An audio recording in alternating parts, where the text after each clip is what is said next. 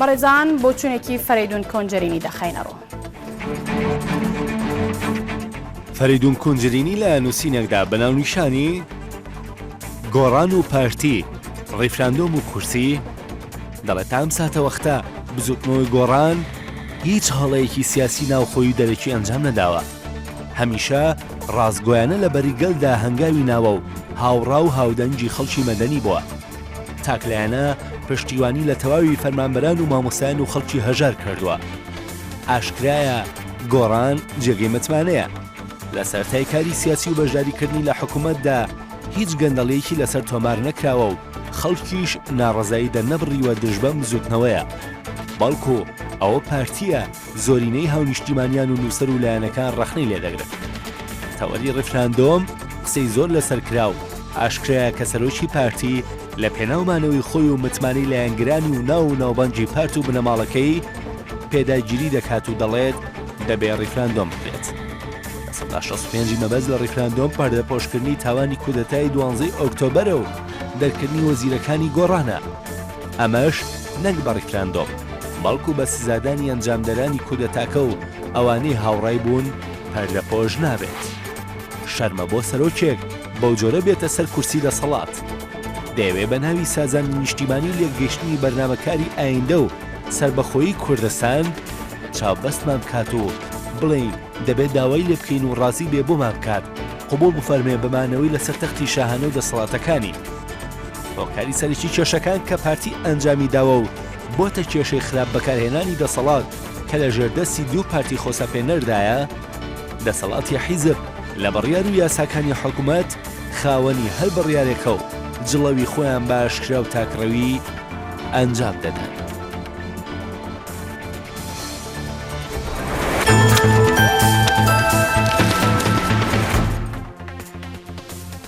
ڕۆژنامەنووس فەریدون کۆنجەرینی لە ڕێگەی سکایپەوە لە ئەڵمانیا و لەگەڵمانە. کاک فەریدونم کاتت باش، بۆچی پارتی ئەوێت ڕیفراندۆم ئەنجام بدرێ؟ باشتر بۆیەوە بۆ بینەران مەبەست لە پارتی دیموکراتی کوردستان بۆ ڕیفراندۆم ئەوەیە کە بتوانێت پەردەپۆشی هەموو تاوانانە بکە کە لە جەنگی ناوخۆ هێناوێتی هەتاوەکو هەفتەی شوبات و داخستنی پەرلەمان و ڕێگری لە سەرۆکی پەرلەمان کە ئەمە یەکێکە لە هەرە تاوانە گەورەکانی کە لەسەر ئاسی جیهان دوو جار دووبارە بۆتەوە. یەکیان لە ساڵی 1933 کاتێککە هیتلەر چوە ناو پەرلەمانەوە بە دەنگی زۆرینە یاداش کرا لەسەر ئەو یاسایانەی کە لە ناو پەرلەماندا دەنگی لەسەردرا بوو، چووە جێگەی سەرۆکی پەرلەمان و لەسەر کورسەکەی سەرۆکی پەرلەمان دانیشت و وتی ئێوە هەمووتان بڕۆنەوە بەڵاڵەوە من خۆم خاوەنی هەموو بڕیارێکم.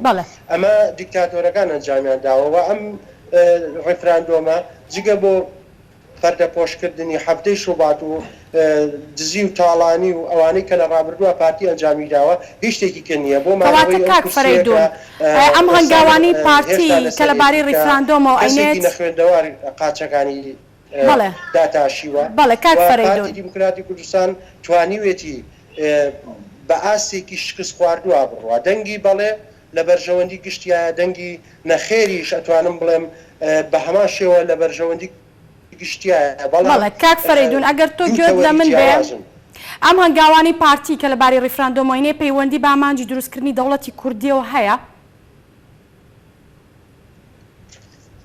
هیچ پەیوەندێکی بە دەوڵەتی کوردیەوە نییە. ئەمە ئەوەی کە ئاماژەم پێکرد لە بەرژە مەسعود بارزانی خودی مەسعود بارزانی ئەگەر کەسایەتێکی نیشتیمانی و نەتەوەی وایە بێگومان دان بە خۆداگرتن و ئارامی دەبوو هەتاوەکو ڕۆژ ئاوای کوردستان کۆتایی پێبێ. ئێمە ئەگەر ئەو پرسیارە زۆر گرنگە دەبێت هاوڵاتیان گرنگی بن بە ئەم وەڵامی ئەم پرسیارەی جەنابێت کە لە منت پرسی. لە ڕاستیە نەتەوەی کورد لە سەرەتاوە کاری کردووە بۆ یەک پارچەی هەر چوار پارچەی کوردستان هەوڵی داوە بۆ ڕووخاندنی سنوورە دەستکردەکان. بەڵام مەسعود بارزانی دەیەوێت سنوورە دەستکردەکان بەهێزتر بکە، دیوارێکی تر دروست بکە لە نێوان ڕۆژهەڵات و باکوور و باشووردا.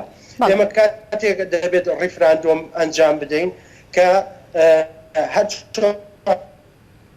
پارچەی کوردستان خوێندرا بێت ناکرێت لە کوردستانی لە ڕۆژهەڵاتی ناوەڕاستە 4 دەوڵەتی کوردی هەبێ ئەمە یەکێکە لە هەڵەی ئەو سەرکردانەی کە خودی مەسعود بارزانی ئەنجامیەدا.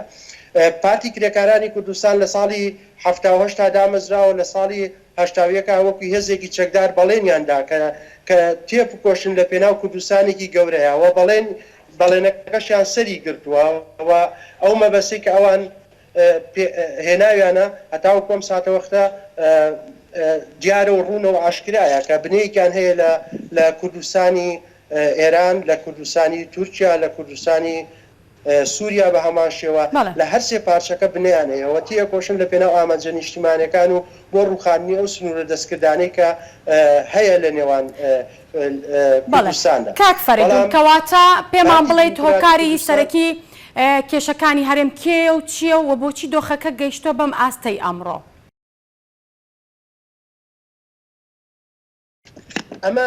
ئەمە تێزێکی قوڵی مێژووی کەڵەکەبووی تەزویرکردنی لە هەڵبژاردنەکانە تەزویرکردنە جەنگی ناوخۆیە بە هەدەردانی داهاتی نیشتیمانیە، زەوتکردنی ملک و سەرۆت و سامانی نیشتیمانە کە ئەو بڵکانەی کە پارتی داگیری کردووە یا یەکێتی داگیری کردووە هیچ شارەوانی و دەبێت بگەڕێنرێتەوە و شکستهێنانی یاسایە، نەبوونی یاسایەکە و نەبوونی دادوەرە و ئەتوانم بڵێم خراپ بەکارهێنانی دەسەڵاتە. ئەمانە هەمووی کێشەکانی دروست کردووە، زوڵمکردن لە هاوڵاتیانە، دزیکردن و بە هەدەردانی وەکوتم سەرۆت و سامانی نیشتیمانە، خەڵک برسیە هەژارە. سپاس دەکەین ڕۆژنامەنووس فەریدون کۆنجەرینی، سپاس بۆ بەڕێزت کامڕۆ لە ئەڵمانیاوە میوانی بەرنامەکەمان بوویت.